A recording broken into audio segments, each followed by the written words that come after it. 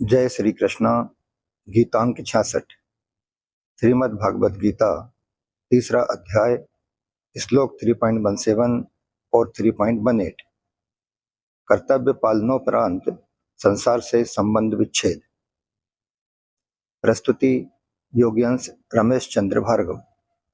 प्रिय धर्म प्रेमियों, पिछले अंक यानी गीतांक 65 में श्लोक 3.16 के अंतर्गत भगवान ने अर्जुन को कर्तव्य पालन न करने वाले अघायु लोगों के लिए प्राप्त होने वाली ताड़ना के बारे में बताया। परंतु जिसने अपने कर्तव्य का पालन करके संसार से संबंध विच्छेद कर लिया है, भगवान उस सिद्ध महापुरुष की स्थिति का वर्णन आगे के दो श्लोक 3.17 और 3.18 में करते हैं। इसका स्वाध्याय मनन अब हम गीतांक 66 में करेंगे। श्लोक 3.17।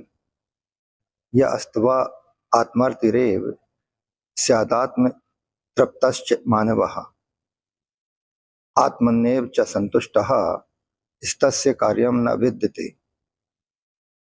अर्थात जो मनुष्य आत्मा में ही रमने वाला होता है, यानी अपने आप में ही रमण करने वाला होता है और अपने आप में ही तृप्त रहता है, तथा जो अपने आप में ही आत्मसंतुष्ट रहता है, उसके लिए कोई कर्तव्य नहीं है। स्वाध्याय मनन 5 बिंदुओं में। Point number 1। या अस्तवा आत्मर्तिरेव च संतुष्टः स्तस्य।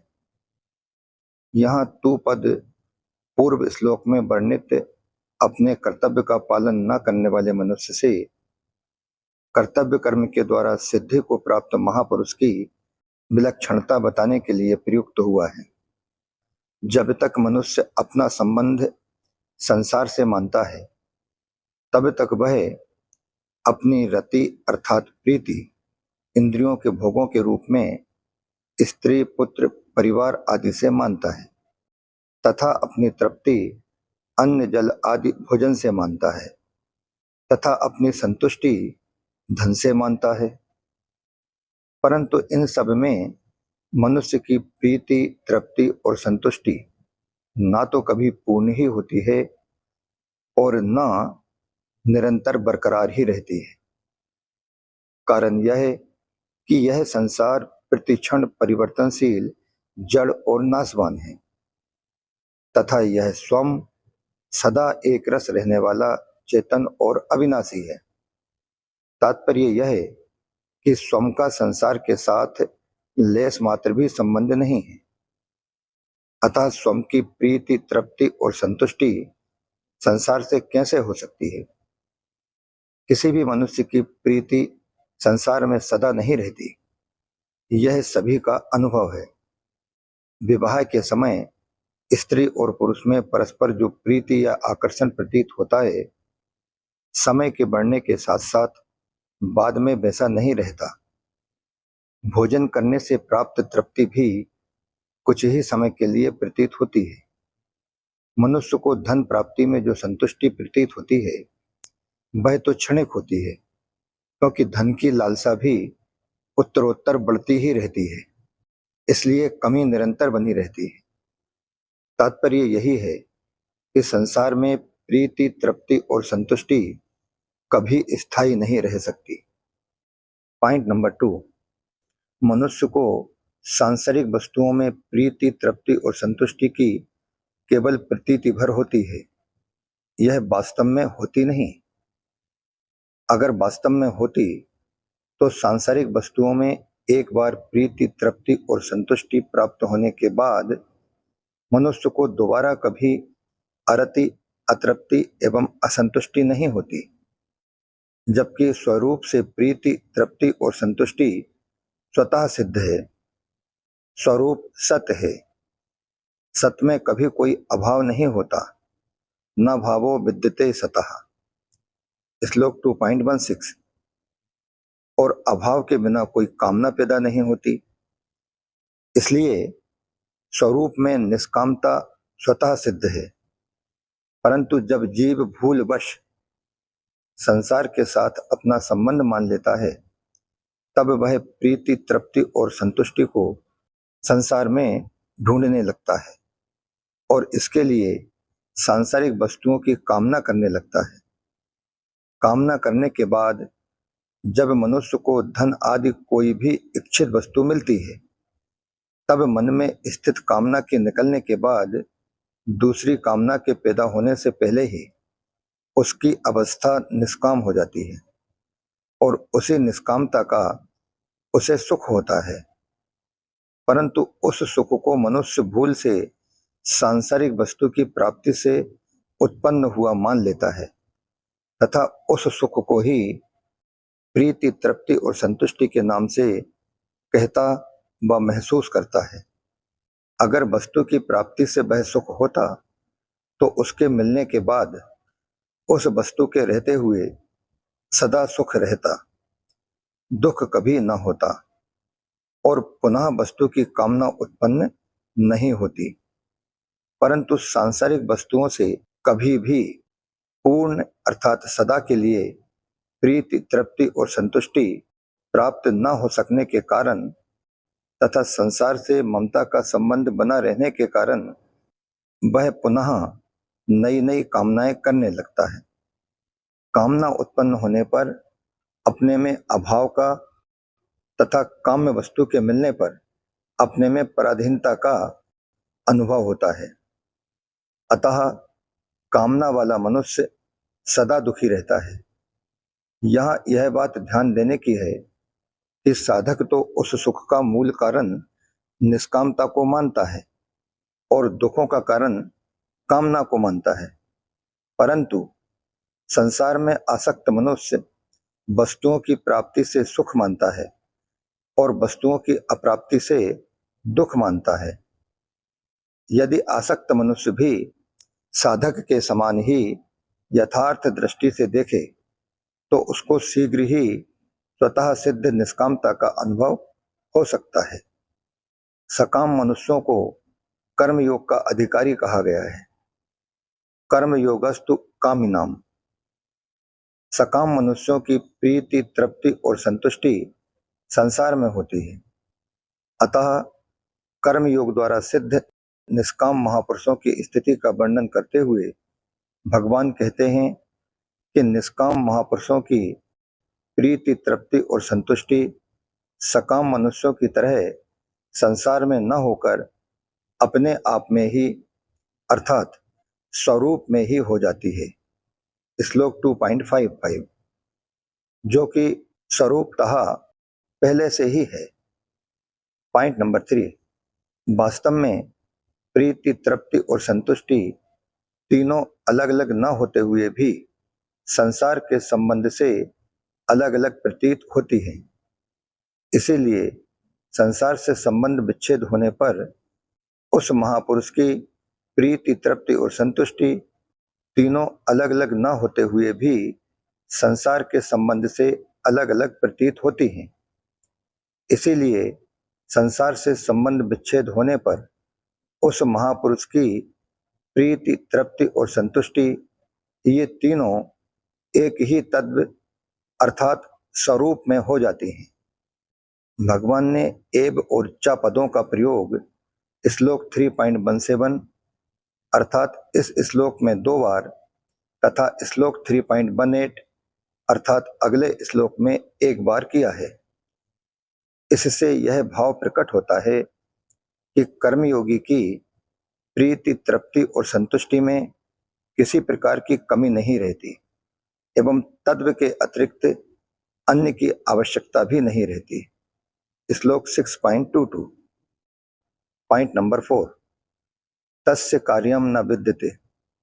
मनुष्य के लिए जो भी कर्तव्य कर्म का विधान किया गया है उसका उद्देश्य परम कल्याण स्वरूप परमात्मा को प्राप्ति करना ही है। कर्म योग, ज्ञान योग अथवा भक्ति योग किसी भी साधन के द्वारा उद्देश्य की सिद्धि हो जाने के बाद मनुष्य के लिए फिर कुछ भी करना, जानना अथवा पाना शेष नहीं रहता और यही मनुष्य जीवन की परम सफलता है। मनुष्य के वास्तविक स्वरूप में किंचित मात्र अभाव न रहने पर भी संसार के साथ संबंध बना लेने के कारण अपने में अभाव समझकर और शरीर को मैं तथा मेरा मानकर जब तक मनुष्य अपने लिए कर्म करता है तब तक उसके लिए कर्तव्य शेष रहता ही रहता है।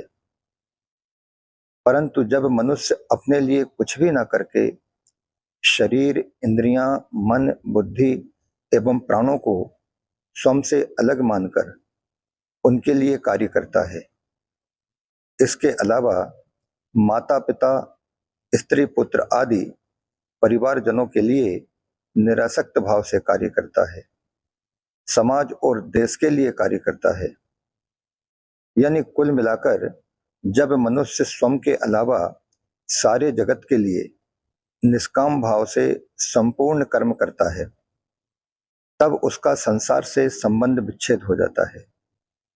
संसार से सर्वथा संबंध विच्छेद होने पर उसका अपने लिए कोई कर्तव्य शेष नहीं रहता, कारण कि स्वरूप में कोई भी क्रिया नहीं होती।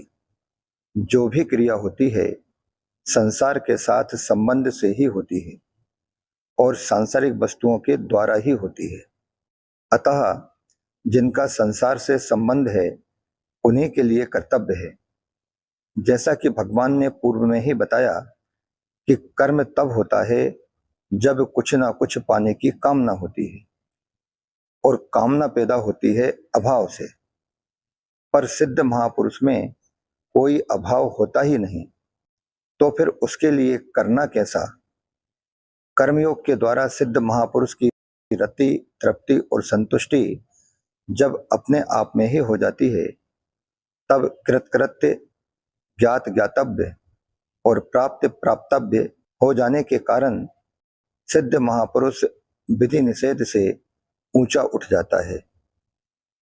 यद्यपि उस पर शास्त्र का शासन नहीं रहता, तथापि उसकी समस्त क्रियाएं स्वाभाविक ही शास्त्रानुकूल तथा दूसरों के लिए आदर्शप्रद होती हैं। पॉइंट नंबर 5, यहाँ तस्य कार्यम न विद्यते पदों का अभिप्राय यह नहीं है कि उस महापुरुष से कोई क्रिया होती ही नहीं। कुछ भी करना शेष न रहने पर भी उस महापुरुष के द्वारा लोक संग्रह के लिए क्रियाएं स्वतः होती रहती हैं। जिस प्रकार पलकों का गिरना उठना, श्वासों का आना जाना, भोजन का पचना आदि क्रियाएं स्वतः होती रहती हैं, ठीक उसी प्रकार निष्काम भावी सिद्ध महापुरुष के द्वारा सभी शास्त्रानुकूल आदर्श रूप क्रियाएं भी कृतत्वता, कृतभाभिमान न होने के कारण स्वतः होती रहती हैं। श्लोक 3.18 नैव तस्य कृतेनार्थः न कृतेनेह कश्चन न चास्य सर्वभूतेषु कश्चिदर्थव्य पाश्रयः। अर्थात कर्मयोग से सिद्ध हुए महापुरुष का इस संसार में ना तो कर्म करने से ही कोई प्रयोजन रहता है और ना ही कर्म न करने से कोई प्रयोजन रहता है, तथा जगत के संपूर्ण प्राणियों में किसी भी प्राणी के साथ सिद्ध महापुरुष का किंचित मात्र भी स्वार्थ का संबंध कतई नहीं रहता। स्वाध्याय मनन 6 बिंदुओं में। पॉइंट नंबर 1 नैव तस्य कृतेनार्थः। प्रत्येक मनुष्य की कुछ न कुछ करने की प्रवृत्ति होती है। जब तक यह करने की प्रवृत्ति किसी सांसारिक वस्तु की प्राप्ति के लिए होती है तब तक उसका अपने लिए करना शेष रहता ही है। अपने लिए कुछ न कुछ पाने की इच्छा से ही मनुष्य बंधता है। उस इच्छा की निवृत्ति के लिए कर्तव्य कर्म करने की आवश्यकता है। कर्म 2 प्रकार से किए जाते हैं, एक कामना पूर्ति के लिए और दूसरा कामना निवृत्ति के लिए। सामान्यतया साधारण मनुष्य तो कामना पूर्ति के लिए ही कर्म करते हैं, पर कर्मयोगी सदैव कामना निवृत्ति के लिए कर्म करता है। इसलिए कर्मयोग से सिद्ध महापुरुष में कोई भी कामना न रहने के कारण उसका किसी भी कर्तव्य से किंचित मात्र भी संबंध नहीं रहता। यही कारण है कि निष्काम कर्मयोगी महापुरुष के द्वारा निस्वार्थ भाव से समस्त सृष्टि के हित के लिए स्वतः कर्तव्य कर्म होते हैं। कर्मयोग से सिद्ध महापुरुष का अपने व्यक्तिगत सुख आराम के लिए कर्मों से कोई संबंध नहीं रहता। इस महापुरुष का यह अनुभव होता है कि पदार्थ, शरीर, इंद्रियां, अंतःकरण आदि केवल संसार के हैं और संसार से मिले हैं, ये व्यक्तिगत नहीं हैं। अतः इनके द्वारा केवल संसार के लिए ही कर्म करना है, अपने लिए नहीं। कारण यह है कि संसार की सहायता के बिना कोई भी कर्म नहीं किया जा सकता। इसके अलावा मिली हुई कर्म सामग्री का संबंध भी समष्टि यानी संसार के साथ ही है, अपने साथ नहीं। इसलिए अपना कुछ नहीं है। व्यष्टि के लिए समष्टि हो ही नहीं सकती। मनुष्य की यही गलती होती है कि वह अपने लिए समष्टि का उपयोग करना चाहता है, इसी से उसे अशांति होती है। परंतु अगर वह शरीर, इंद्रियां, मन, बुद्धि, पदार्थ आदि का समष्टि के लिए उपयोग करे तो उसे महान शांति प्राप्त हो सकती है। कर्मयोग से सिद्ध महापुरुष में यही विशेषता रहती है कि उसके द्वारा उसके कहलाने वाले शरीर, इंद्रियां, मन, बुद्धि, पदार्थ आदि का उपयोग मात्र संसार के लिए ही होता है। अतः उसका शरीर आदि की क्रियाओं से अपना कोई प्रयोजन नहीं रहता। प्रयोजन न रहने पर भी उस महापुरुष से स्वाभाविक ही लोगों के लिए आदर्श रूप उत्तम कर्म होते हैं। तो वहीं दूसरी ओर जिस मनुष्य का कर्म करने से प्रयोजन रहता है, उससे आदर्श कर्म होते ही नहीं हैं। यह अटल सिद्धांत है। पॉइंट नंबर 2, न कृते नेह कश्चन। जो मनुष्य शरीर, इंद्रियां, मन, बुद्धि आदि से अपना संबंध मानता है और आलस्य, प्रमाद आदि में रुचि रखता है, वह कर्मों को नहीं करना चाहता, क्योंकि उसका प्रयोजन प्रमाद, आलस्य, आराम आदि से उत्पन्न तामस सुख रहता है। श्लोक 18.39। परंतु यह महापुरुष जो सात्विक सुख से भी ऊंचा उठ चुका है, तामस सुख में प्रवृत्त हो ही कैसे सकता है, क्योंकि इसका शरीर आदि से किंचित मात्र भी संबंध नहीं रहता। फिर आलस्य, आराम आदि में रुचि रहने का तो प्रश्न ही नहीं उठता। मार्मिक बात यह है कि प्रायः साधक कर्मों के न करने को ही महत्व देते हैं। वे कर्मों से उपरत होकर समाधि में स्थित होना चाहते हैं, जिससे कोई भी चिंतन बाकी न रहे। यद्यपि यह बात श्रेष्ठ और लाभप्रद तो है, पर सिद्धांत नहीं है।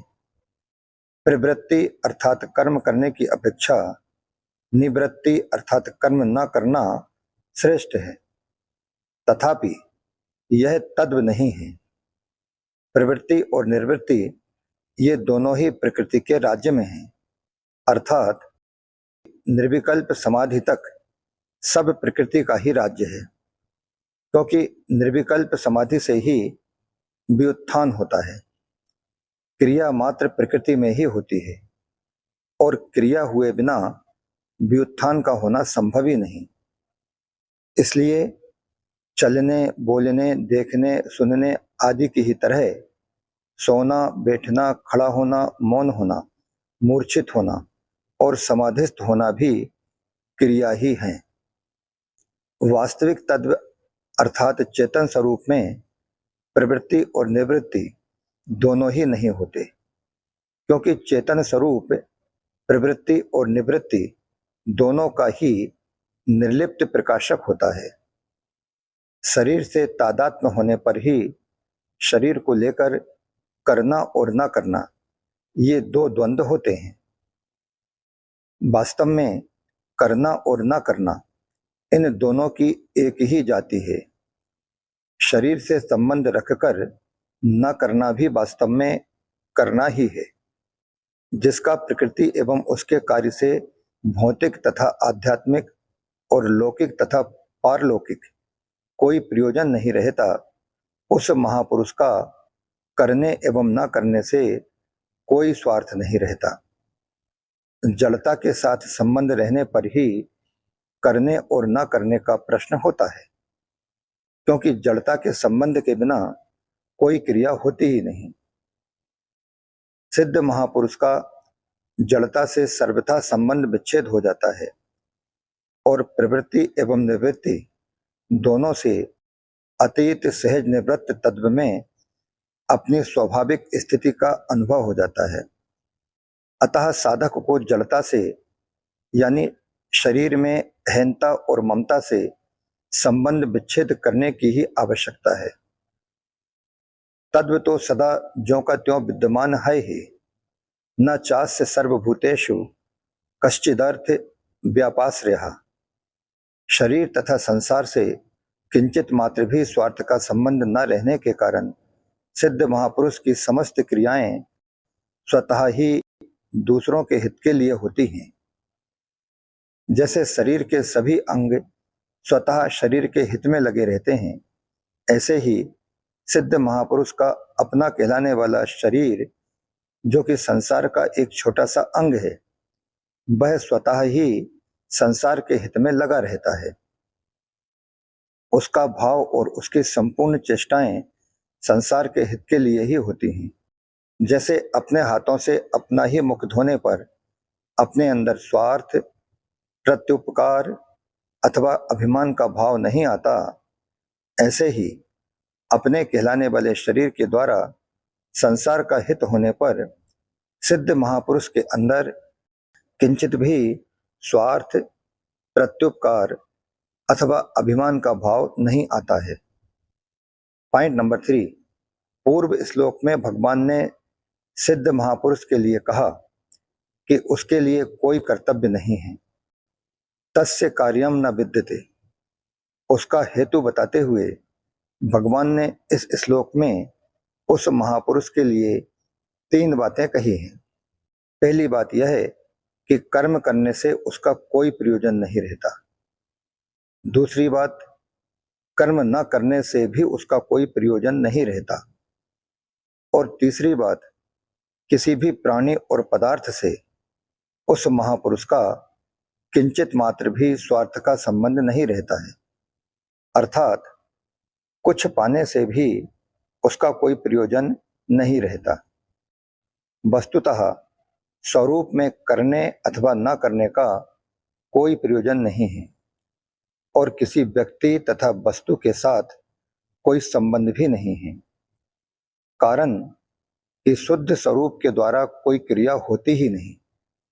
जो भी क्रिया होती है वह प्रकृति और प्रकृतिजन्य पदार्थों के संबंध से ही होती है। इसलिए अपने लिए कुछ करने का विधान ही नहीं है। जब तक मनुष्य में करने का राग, पाने की इच्छा, जीने की आशा और मरने का भय रहता है, तब तक उस पर कर्तव्य का दायित्व बना रहता है। परंतु जिसमें किसी भी क्रिया को करने अथवा न करने का कोई राग नहीं है, संसार की किसी भी वस्तु आदि को प्राप्त करने की इच्छा नहीं है, जीवित रहने की कोई आशा नहीं है और मृत्यु से कोई भय नहीं है, ऐसे पुरुष अथवा महापुरुष को कर्तव्य करना नहीं पड़ता। प्रत्युत उससे स्वतः कर्तव्य कर्म होते रहते हैं।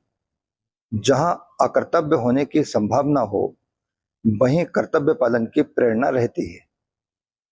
विशेष बात यह है कि गीता में भगवान की ऐसी शैली है कि वे भिन्न भिन्न साधनों से परमात्मा की ओर चलने वाले साधकों के लिए भिन्न भिन्न लक्षणों के अनुसार ही परमात्मा को प्राप्त सिद्ध महापुरुषों के लक्षणों का वर्णन करते हैं।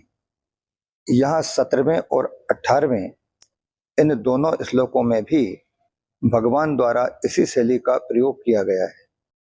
पॉइंट नंबर 4, जो साधन जहां से प्रारंभ होता है अंत में वहीं उसकी समाप्ति होती है। गीता में कर्मयोग का प्रकरण यद्यपि दूसरे अध्याय के 39वें श्लोक से प्रारंभ होता है, तथापि कर्मयोग के मूल साधन का विवेचन दूसरे अध्याय के 47वें श्लोक में 4 चरणों में इस प्रकार बताया गया है।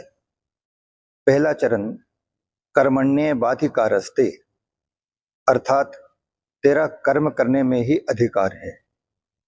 दूसरा चरण मा फलेषु कदाचन, अर्थात कर्म फलों में तेरा कभी भी अधिकार नहीं है। तीसरा चरण मा कर्मफल हेतुर्भूः, अर्थात तू कर्मफल का हेतु मत बन। और चौथा चरण माते संगोस्तव कर्मणि, अर्थात तेरी कर्म न करने में भी आसक्ति न हो। पॉइंट नंबर 5, इस श्लोक अर्थात 3.18 में उपर्युक्त साधन की सिद्धि की ही बात है। श्लोक 2.47 के दूसरे और तीसरे चरण में साधक के लिए जो बात कही गई है वह इस श्लोक के उत्तरार्ध में सिद्ध महापुरुष के लिए कही गई है कि उसका किसी प्राणी और पदार्थ से कोई स्वार्थ का संबंध नहीं रहता।